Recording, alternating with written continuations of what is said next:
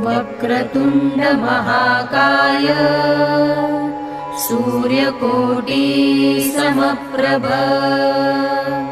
निर्विघ्नं कुरु मे देव सर्वकार्येषु सर्वदा। सुस्वागतम सुस्वागतम सुस्वागतम। अखिल विश्वाला मांगल्याचं वरदान देणारे मंगलमूर्ती श्री गणराय यांच्या पावनचरणी अभिवादन करून श्री मंगळाई देवीच्या पदस्पर्शाने पावन झालेल्या भाटमरळी गावातील क्षीरसागर परिवारातर्फे सर्व गणेश भक्तांचे हार्दिक हार्दिक स्वागत। दरवर्षीच्या देखाव्याची परंपरा अखंड अविरत चालू ठेवत याही वर्षी सादर करीत आहोत पंढरीची वारी हा देखावा। पंढरपूरचा विठ्ठल म्हणजेच संपूर्ण महाराष्ट्राचे आराध्य दैवत। आषाढीला सर्व वारकऱ्यांचा मोठा सोहळा रंगतो। महाराष्ट्राच्या कानाकोपऱ्यातून लाखो भाविक विठ्ठल नामाचा गजर करत आषाढी एकादशीला पायी चालत पंढरपूरला जातात। यालाच आषाढी वारी म्हणूनही ओळखले जाते।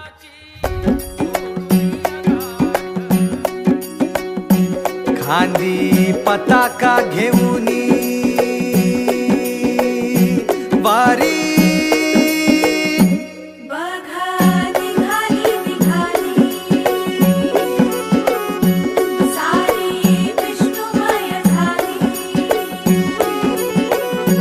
माळ तुळशीची शोभे गळा गंध वैष्णवांच्या भाळी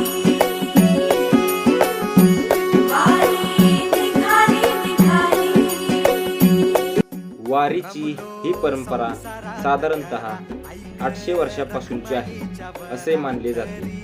पण पांडुरंगाची पहिली वारी ही भगवान शिवांनी माता पार्वतीसह आपला पुत्र गणेश अशी मिळून केली होती। राम कृष्ण हरी जय जय राम कृष्ण हरी, राम कृष्ण हरी जय जय राम कृष्ण हरी।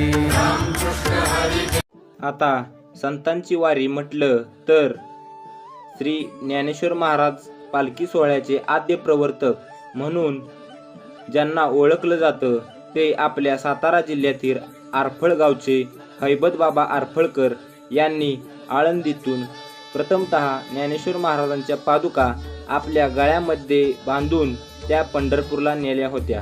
तेव्हापासूनच ज्ञानेश्वर महाराजांची पालखी आणि हा वारी सोहळा चालू झाला, जो की आता आपण बघतो त्याला किती वैभव प्राप्त झाले आहे।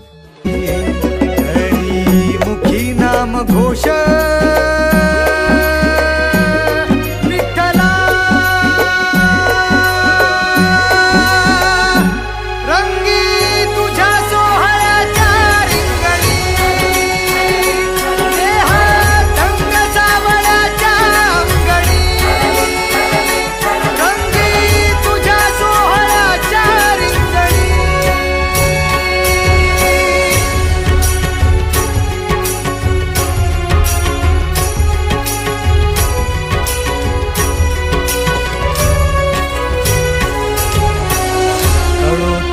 कर्म तुझे नाम धर्म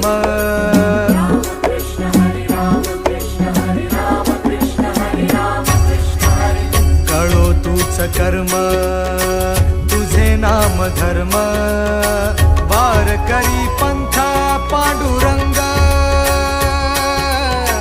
वारकरी पंथा पांडुरंग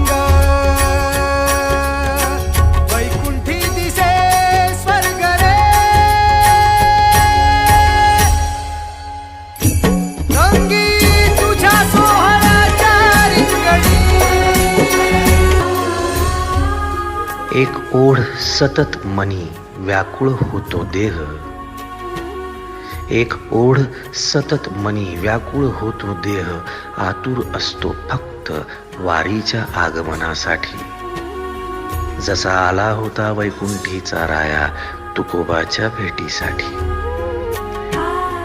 इंद्रायणीच्या काठापासून ते चंद्रभागेच्या वाळवंटापर्यंत तू असतोस आमच्या सोबत नाचून धुंद झालेलं पाहण्यासाठी. स्वतःच्या कामाला पांडुरंग मानणारे काही थकलेले भेगाळलेले देह असतील तिथून तुझ्या वारीचा सोहळा अनुभवतात. कारण तुझे काही मधुकरी ते काम आमच्यासाठी करतात.